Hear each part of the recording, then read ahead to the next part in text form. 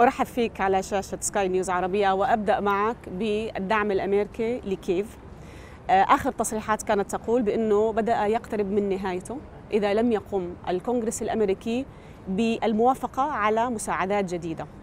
اليوم مع التصعيد في إسرائيل، هل كييف قلقة أن يكون الدعم موجه إلى إسرائيل على حساب كييف؟ Thank you. It's a good question because I believe that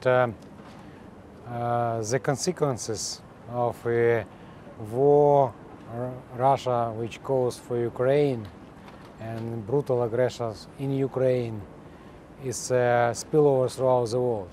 So the resolution of possible worldwide conflicts is in Ukraine. So that's why I truly believe that the United States will do their best and try to figure out how to better support Ukraine.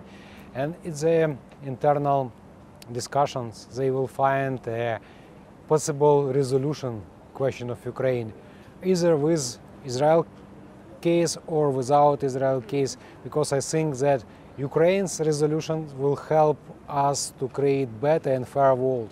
That's why it's important not forget about the real matter of all possible worldwide conflicts. في حال كان هناك توقف لو مؤقت للمساعدات الأمريكية، من الشركاء التي تعتمد عليهم كييف اليوم؟ During this week we had very productive meetings. We had a round table which dedicated Ukraine's question.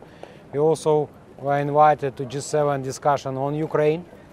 So we believe in a leadership role of G7 nation towards support of Ukraine. Of course, now we can have some liquidity issue till the end of this year. We are now trying to observe and to discuss a possible solution of this issue together with our partners, because I think that it's not so problematic, but again it should be resolved somehow. There is a plan B, there is a plan C if we'll have no money from the United States, but it's a question that we believe that the key for us is to figure out how to gain access to the Congress and to get Ukraine's case to be voted in Congress. قلت بأنه قد يكون هناك مشكلة سيولة مؤقتة، ما حجم هذه المشكلة وما هي الخطة B و C اللي تحدثت عنها؟ The possible ways is to try to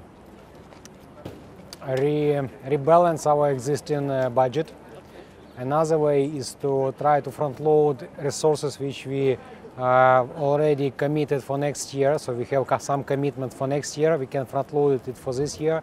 We already started these discussions because we want to be aware that we have everything prepared. And also we want to reprofile the existing portfolio which we have with the United States. So it's a question of different options. So there is nothing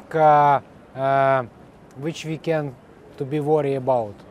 So we will find the ways, because traditionally the situation is not worse than it was in 2022, when we should rely only on our own resources part of the year. That's why we can survive. Don't worry. اتفاق البحر الأسود للحبوب انتهى، ومجموعة من الدول الأوروبية ضمن بولندا وهنغاريا وسلوفاكيا أوقفت استخدام الحبوب الأوكرانية، وضعت عليها حظر. قديش هذا الموضوع أثر على اقتصادكم، وكيف يتم اليوم، يعني ما هي الطرق اللي عم تلجأ لها أوكرانيا لتصدير الحبوب؟ We don't want to be alone in this, because a lot of countries, specifically in Africa, Middle East and Africa, depends on our agricultural commodities to be delivered in time and in the right place.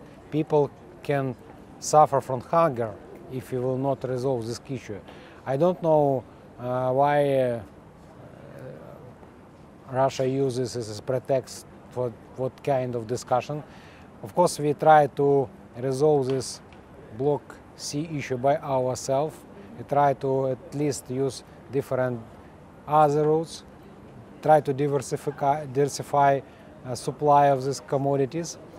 We're also looking forward for ability to diversify our river ports in the west of Ukraine, near Romania.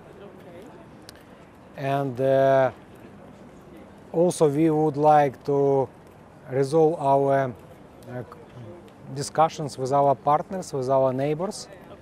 I believe that it's temporary, and we have some possibilities that in the nearest time this dispute will be resolved, and specifically in context of our neighbors, I will tell you that we are more than allies, and that's why there is no probability that it will be longer than some period of time. So I really believe that we can resolve these discussions. بالحديث عن الجيران، بولندا كانت من أهم المدافعين والمساندين لأوكرانيا، لكن اليوم نتحدث أنه عندنا الحظر على الحبوب، ونتحدث أيضاً عن إنهاء المساعدات العسكرية الجديدة. كيف تصف العلاقة اليوم مع بولندا، وخصوصاً بعد التصريحات الأخيرة التي تحدثت ربما عن أن أوكرانيا لم تكن ممتنة بما فيه الكفاية أو بالشكل المطلوب لما قدمته بولندا من مساعدات؟ هل هناك أي نستطيع أن نقول تنشن بين أوكرانيا وبولندا؟ We have very good and cooperative relationship with Poland, and it will be so for a long period. And I believe that now this question is temporary, and they can be resolved in due course in a discussion with European Commission, because I believe that tariff policy is a matter and responsibility of European Commission, and we would like to discuss this question as a joint discussion with all EU members. Of course, due to some specific political environment in recent times in Poland, this question is so acute, but I believe it can be resolved in the nearest future in a proper way with all due rules, regimes and respect of European Union. بالحديث عن موضوع أوروبا، هناك أسئلة كثيرة حول الفساد في أوكرانيا، والتي يعتبر البعض بأنها قد تكون أكبر خطر يهدد المساعدات الخارجية القادمة إلى أوكرانيا، وأيضاً موضوع نقاش دخول أوكرانيا في الاتحاد الأوروبي. اليوم كيف تصف هذا الموضوع في أوكرانيا؟ وهل هذه الاتهامات محقة؟ Let's split this question into two. First of all, I can admit that President Ukraine and all government of Ukraine are really determined to fight corruption, and we shown by recent cases that there is no toleration of corruption at all, and we can move in this direction so to eliminate fully corruption cases in Ukraine, and we are eager to implement all necessary reforms, anti-corruption reforms in Ukraine, which stipulated in our IMF program with IMF, as well as all documents we signed with European Union.